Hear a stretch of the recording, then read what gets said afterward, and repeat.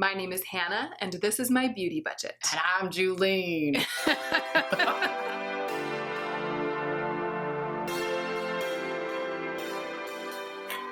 Cheers to sweating through the entire film. I feel like film is, you know, a 17th century aristocrat. Film, We are going come to the dining area, darling. We are going to film a sweaty get ready with me. Oh! Hey y'all, this is my friend Julene. We've been friends for over a decade. Oh my god. And she doesn't live in LA, but she's in town for the weekend. So we decided to film a chit-chat Q&A get ready with us. We're going out to a comedy club tonight and we're going to beat our little faces. Probably a light beat. A light beat. A gentle, a natural beat. A gentle tap. So I went to my community tab on YouTube and I asked if any of you had questions for Julene. Julene is a master esthetician. She's been practicing for over 15 years and she is a laser skin treatment specialist. Oh, before we start, I want to ask you a question. Okay. I'll So- make faces. Yeah, so yes, you will. So I always end my videos by saying that you should take extra good care of yourself. Not that you should. Let's not talk about the word should. should. So I always end my videos by gently suggesting that you take extra good care of yourself so that you can be the most effective version of yourself as you do your work in the world. And my question for you is, what is your work in the world? Since a young age, I was inspired to help people heal through beauty. I find that when I have a client and, you know, they have a tattoo they want to remove because, you know, it wasn't a good decision, or maybe it's an ex's name, or they have, you know, scars that they really desperately want to remove, I can get into a place with them where I'm really hearing them and I'm hearing the emotional component behind the aesthetic want, the desire, and I am so here for them to help them walk through that process. I personally think Julene has a second calling in life, which is to be a YouTube star. Comment down below if you think Julene should start her own channel. No! I don't know what colors. Pink? I think I'm gonna go with pink. Ooh. You're like, I'm still applying. I am You're like, patting it in. I'm working a it finger in. person. I like You're to a finger. you're a finger I am a person. finger person. Kimberly Stegner asks, how should we treat whitehead pimples? I pop them because when I don't, they just get worse and last so much longer. So it's kind of this, I feel like we get mixed messages. Sometimes we're told, leave them alone, never touch them, don't touch your blemish, let it heal on its own. Right. And then sometimes we're told that it can be good to purge them. Let's define whitehead pimple. A lot of people will see a whitehead pimple and it will be a milia. Milia is a small little condensed little cluster of calcium and debris, and it's kind of like a little grain of rice. And it sits on the very, very surface of the skin, so it looks like there's little flecks of rice everywhere. Those are milia. And we often get them, I feel like, under the eye. Right like if around you use that like area. like an eye cream that's too heavy. Milia, no, you don't extract that because you will be getting your fingernails and you'll be getting in there and you'll be going to town and you'll be creating more scar tissue, more inflammation, and you could potentially get a lot of bacteria in there. Honestly, what I recommend is finding an esthetician in your town that you love. This is if you have the means to do so. Find an esthetician you love who can do great extractions, and she can do it in a very sterile manner. Finding an esthetician, that means finding someone who does facials. Yes. Sometimes I've gone to get a facial and they don't do extractions or they're not allowed to. Or it's like, it's an add-on service and they'll charge you an extra $25, $50, which I think is horse poop. So you have to check, call in and say, I'm specifically booking this facial for the purpose of getting extractions. Do you do extractions? Mm-hmm. And that way they can get you steamed up, they can open up the pores, they can glove up, put on the disincrustation fluid. The Estes can work their magic. If you are somebody at home who is just like, freaking pimple and it's the size of Jupiter. and there is a clear, like, hussy juicy something or other in there. Like a true Like whitehead. a true... Juicy, juicy pimple. First of all, I'm sorry for your loss, and I send you thoughts and prayers. The loss of your face. Like, maybe it's a loss of like the ego, loss of your cool. your vanity, Yeah. your fantasy self. I'm sorry for the... Yeah. I also want to take a moment to show everybody my makeup collection. Full everything. This is everything that everything. Julene owns when it comes to makeup. This is it. It is teeny weeny eeny weeny shriveled little makeup collection. She's like an undeclared makeup minimalist. All the palettes I have in here, which are 4. I have gotten all of them as gifts from friends, Hannah being one of them, and my other very wonderful Pisces friend gave me the others. So let's talk about juicy, juicy pimples the size of a planet on your face. You are going to wait until the last possible moment to extract that thing. Wait, what does that mean, the last possible moment? You mean like wait until you truly can't? You truly can't wait any longer. Let it develop? Let it develop. Let it be its most hideous Let self. it fill out nicely over the summer. Yes. So after your pimple has gone through puberty. Yes, and she has a full C cup. What I want you to do is cleanse your skin. You obviously want to clip down your nails. I want you to have clean hands, like hand sanitizer. Cleanse your skin, do a good gentle exfoliation, and you might notice that your pimple pops in the process of gently cleansing your skin with your cleanser, exfoliating. You might find that it just kind of goes on its own. So you're gently going to press with the pressure of, maybe 2 nickels. Press around, and you're not going in and down and up. You're just getting, okay, what else is there? Very, very gentle around and letting it come out. What I worry about, again, with people doing at-home extractions is not clean, not sterile, and you're creating more scar tissue and a bigger problem down the road. So be gentle with thyself.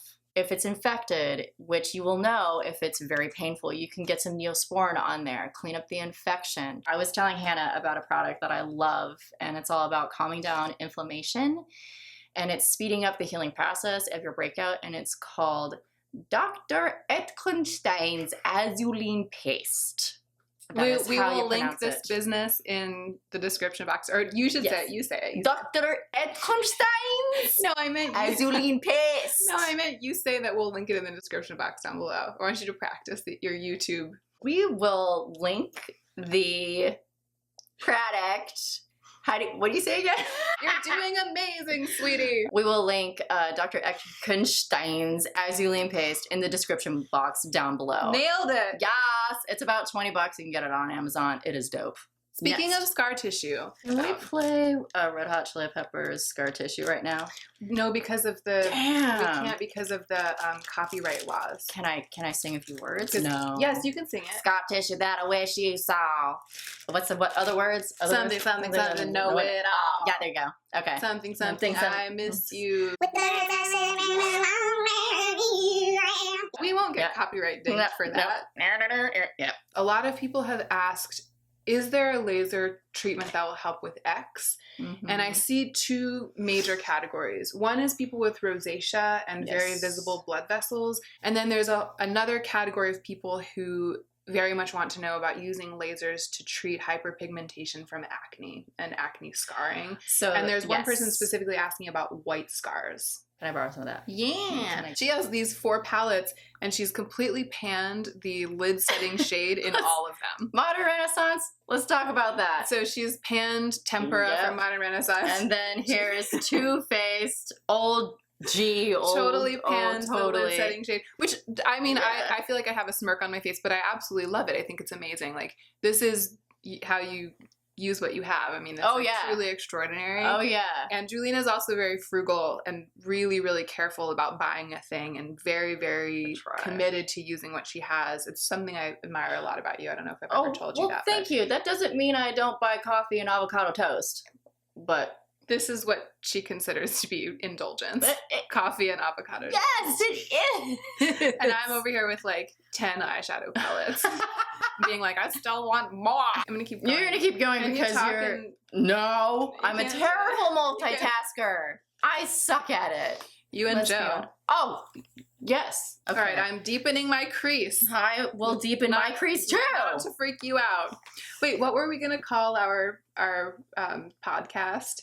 Oh, shit. Above the crease? No, deepening the crease. Deep in the crease with Hannah and Deepening Julene. the crease. We're going to deepen the crease all the way down to the crack. Let's talk about redness first. Yes, lasers can absolutely help with redness. One of the chromophore targets, chromophore is a cluster of different colored cells. Reds are oxyhemoglobin, and those are the red veins, the red flushing you see in the skin. That wavelength is going to be around 560 nanometer wavelength, and that's how far down into the skin that it goes. That's where it targets. So that you're saying there's a specific wavelength of laser that can target a specific kind of color. Pigment, yes. Okay. What's the treatment called? Like, say you have rosacea, and you are. That's like, what you're asking. Yeah, it's like, what do you type into Google to find someone in your area who can do this treatment? Yes. And then what can you expect in terms of how long it's going to take, how many treatments, how much it's going to cost? I would type into Google IPL and tense pulse light treatments. That will cover a treatment that can target both reds and browns.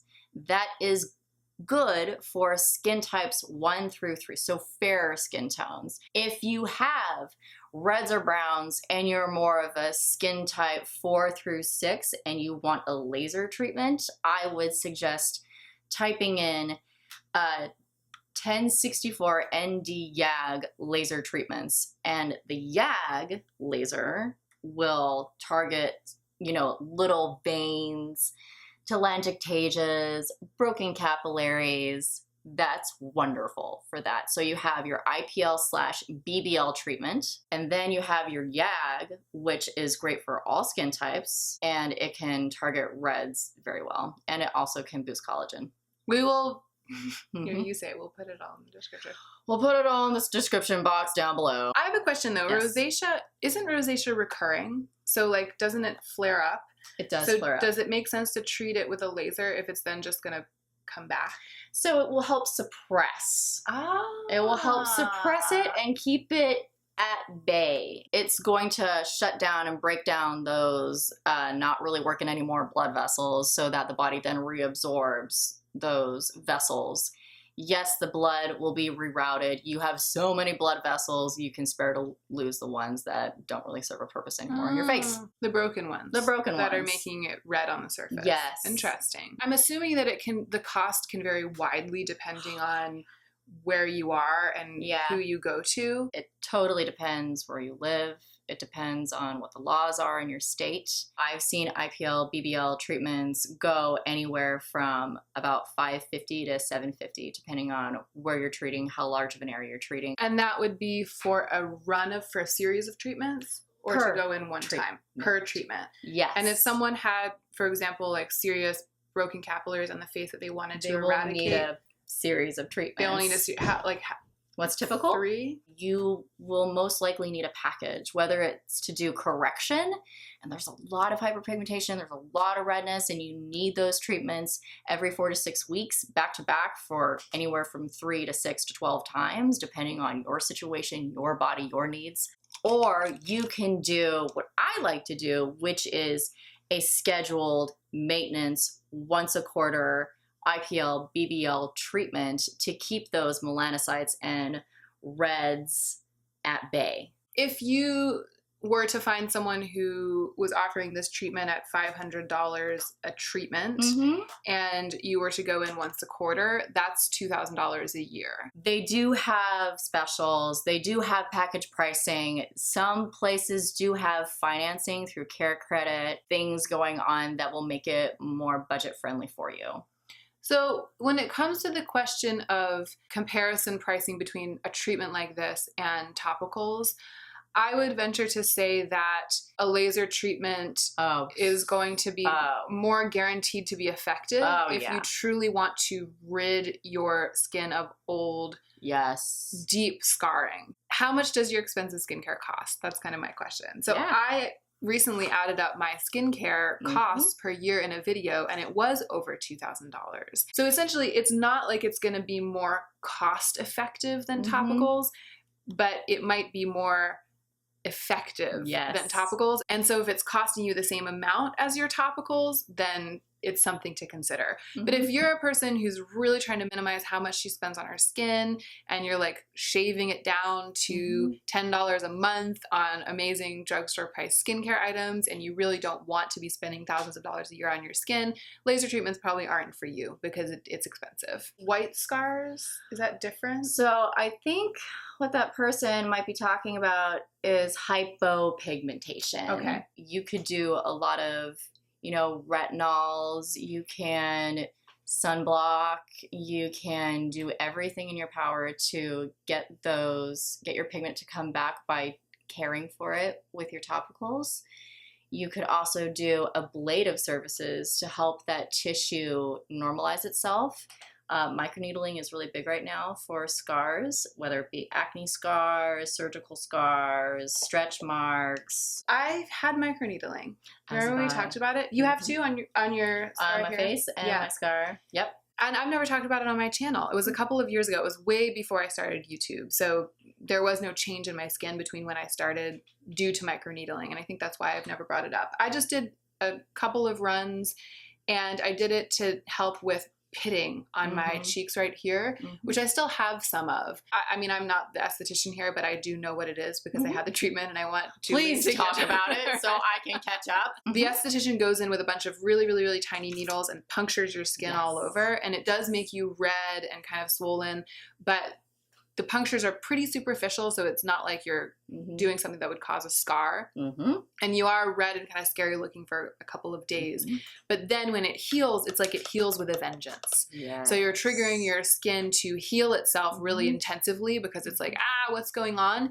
And so then when it comes back, it heals things that it had previously just left alone, if that makes sense. Perfect. So I had some pitting on my cheeks, and when my esthetician at that time went in and punctured my skin around those pitting spots, it did two things. It created the immune response, and it also kind of broke up any scar tissue surrounding that pitting and made it looser and fresher and made it kind of flow, so that when my skin healed with a vengeance from the microneedling, it grew new skin cells over what had previously been like an atrophied spot on the surface of my skin. And I had great success with microneedling. Personally, I don't think there's very much topical skincare, if any, in this world that could have healed those scars in the way that microneedling did. One of my beloved OG subscribers, Angela Pennington, has asked, how did you meet? So Julene is a tango dancer, and that's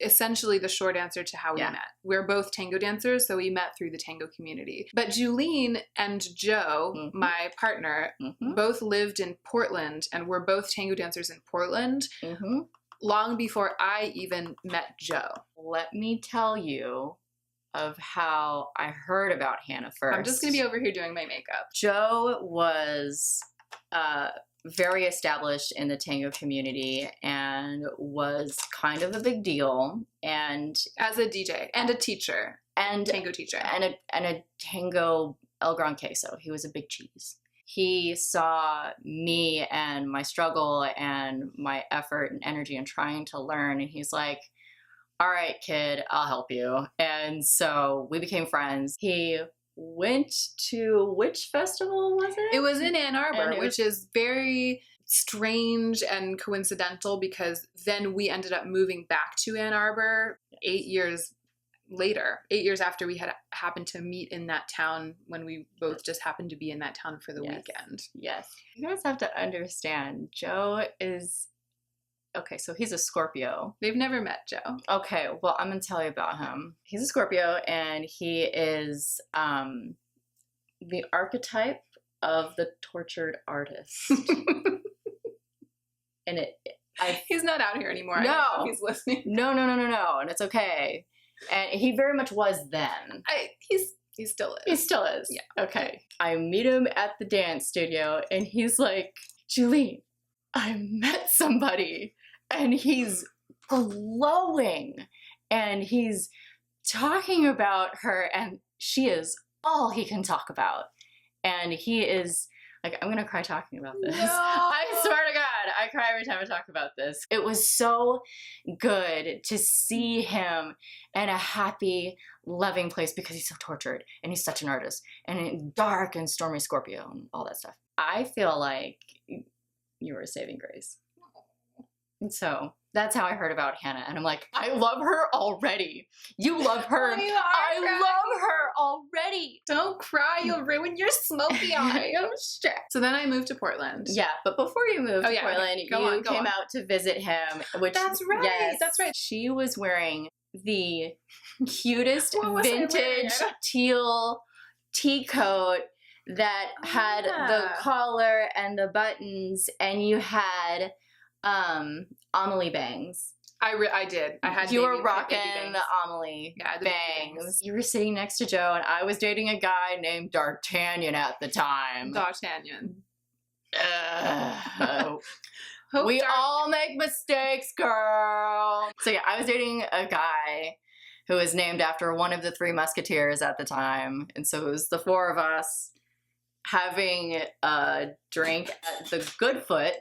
Oh my god. I can't believe you remember this. I remember all the things that I should forget. Important shit, forget it. Don't we all? The music is way too loud, and I just lean over to her and I try to tell her nicely, but so she can hear me, I think you'll do very well in Portland. And I'm like, what? I think everyone will love you. I'm like, thanks. Question mark. You look great. Thank you. Julene's makeup tastes run very natural. And you can tell why, right? Because when we got on camera, both barefaced, and she looked like she already had makeup on, and I looked like I just rolled out of bed. You've said to me before that you also are kind of afraid to go really dramatic with your makeup because you can't tell with us sitting right here, but Julene is very, very, very tall. I am a giraffe. I'm related to redwoods. In the Lord of the Rings movies, I am an ent. Is it that you don't want attention, or is it that you don't want to wear anything or do your makeup in any sort of way that makes people think that you want attention? Okay, real talk. I don't want to hide, too much of my real self. I really love the French aesthetic of, who you really are is what's beautiful. That being said, there's a lot for me to talk about too.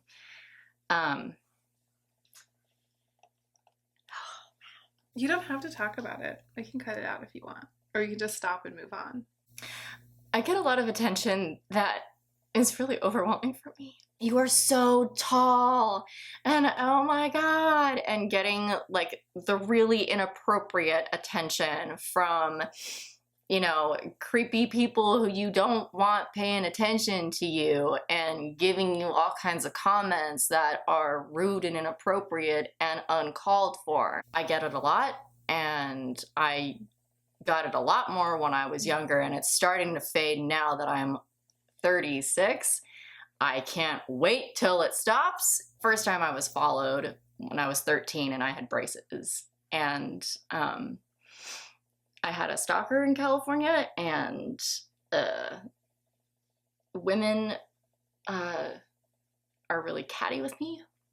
I think I play down what I have going on a lot because I want to be friends with people, and I want to be on good terms, and I want to be good with everybody. I talked about this briefly in one of my videos towards the end of the year, the feeling of always being too much in the world or always feeling like your natural self. Do you remember that? That had me crying. Just listening to you talk right now, it sounds like you're talking about your version of that, like your personal experience of that. I've been meaning to address that video at some point because so many of you responded to that one at the end of the year saying that you really identify with the experience of feeling like you're too much and having to minimize yourself, which is what you're talking about. I fucking feel you, people that feel like you're too much in the world and feel like you have to dim your light and make yourself less than to make other people accept you and love you. And if that is the condition in which they accept you, that is not a real friend. Or partner. Or partner. Mm-hmm. Exactly. And I remember also getting a lot of comments on that video from people, not as many, but there were some of you mixed in there who said that you identified with the struggle, but that your struggle was that you feel like you're never enough. I wasn't expecting those comments either. And I know some of you, 1% of you out there watching are male.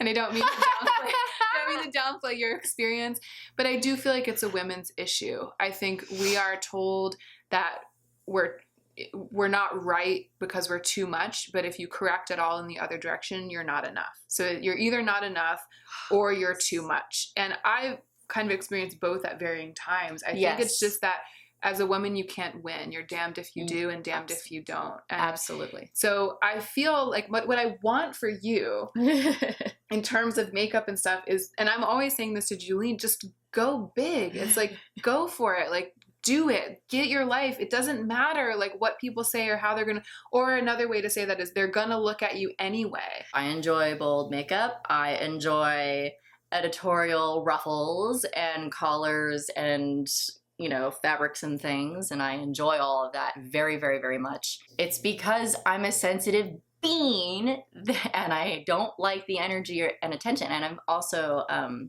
very empathic that I just try to block it out or cut it off at the source as much as possible. And I think this is an opportunity for me to learn to have that thicker skin, to separate my energy and my feelings from those of other people. So it's what is life? It's an endless learning. What is life?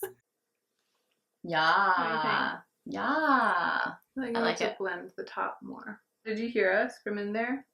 No, I wasn't paying attention. We talked about how you and I met. Did you talk about how Sadie and I met? Oh my god. How did you and Sadie meet? I think you already wrote about it. It's been like drama, feelings, but in the best way. Oh, I had Fifi's come over me and possess me like a demon. Julene cried for views. Oh my god, I did. What'd you cry about?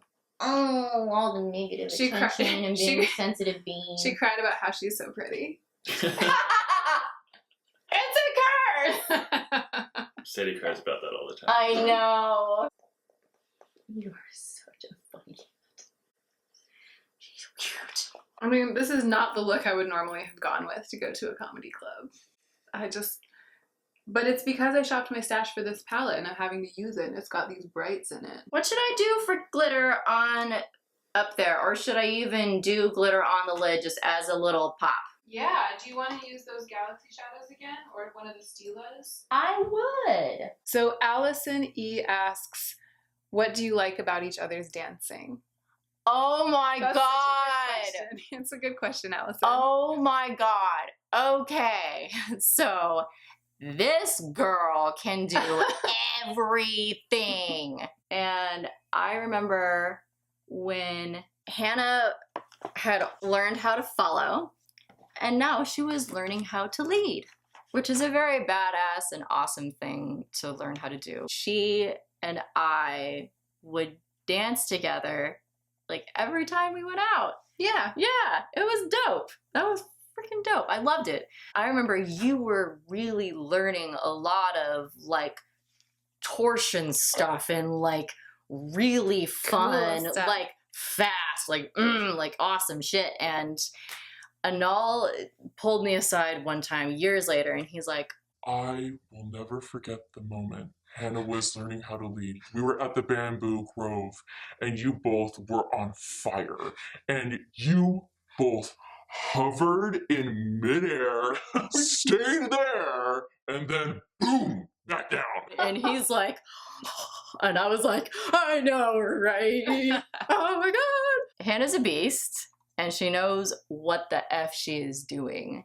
She is a very articulate, knowledgeable, and warm teacher. Aww. She has a way of delivering information where she hands it out to you and you just want to gobble it up. That's so nice. Yes. I'm going to tell you what I like about Julene's dancing. So we've both been dancing for over a decade. We are both seasoned, old school tango dancers. She's way better than me. That's because, and it's true, you've practiced with the best, you have I've practiced a performed, lot. you have put in so much time and energy. I got really, really deep in and I treated it more like an art form to which I was apprenticing myself. Mm-hmm. And I feel like you treated it more like a passionate hobby. I'm a passionate hobbyist. Yeah, which is totally appropriate because tango is a social dance. Yes. It is by its very nature a hobbyist's dance. It's supposed to be a hobby. It's not like ballet. It's not like ballroom. No. It's something that you learn to do in order to connect with other people socially. So I did spend more time practicing, but it's not to say that I was doing it better or doing it right. We both did the thing. We did the thing. Julene, as we were saying before, is very tall. And tango is about the embrace. You hug the other person, physical contact through the breastbone. You hug, you stay in the hug, and then you walk in the hug. You hug and dance at the same time. Aww. That can present a challenge for those of us who are very different heights from the person we're dancing with at any given time. So there are some really tall men out there. Joe is really tall, and several of our friends who dance tango are really tall. So you have had the experience of dancing with partners who are your height, and it's not like it doesn't exist. But in order to go out and dance all night and connect with a lot of people and be a part of the community, that requires of you, Julene, that you dance with a lot of men who are shorter. I know. The key to doing that, and this is something that so many tango dancers, and especially tall women, struggle with, is to not make yourself less than you are. It goes back to that. Yeah, oh my God. Dancing. And there are a lot of things that I admire about your dancing, Julene. I mean, I don't want to get too technical right now because that's all I did like a while ago. Like, why did you guys care? If I had to pick one thing, I would say it's going to the milonga, which is the name for a tango dance, and seeing you out there on the floor at your proper height. Loud and proud in your height. So you look out on the floor and you see Julene, chin up, chest out, fully herself, looking gorgeous, rather than like slouching and draping over and trying to like get down to the level of the man or woman, whoever it is you're dancing with. Instead, you're out there tall and gorgeous and model-esque and looking amazing and doing your thing. And that to me is very feminist. Like that's you just owning yourself. And the thing that I love about tango, I'm going to get like all soapboxy here with my mascara. Get it. Metaphorically, for lack of a better phrase, I would call it metaphorically standing tall is something that's one of your challenges. You know what I mean? Being like, this is me and I'm gorgeous and I'm Julene. That's something that you're struggling, that you talk about. Like, you know, but in tango, you've mastered it years ago. And so it's like frequently this happens in tango. I find that people face their life challenges, their psychological challenges inside the dance in a physical way.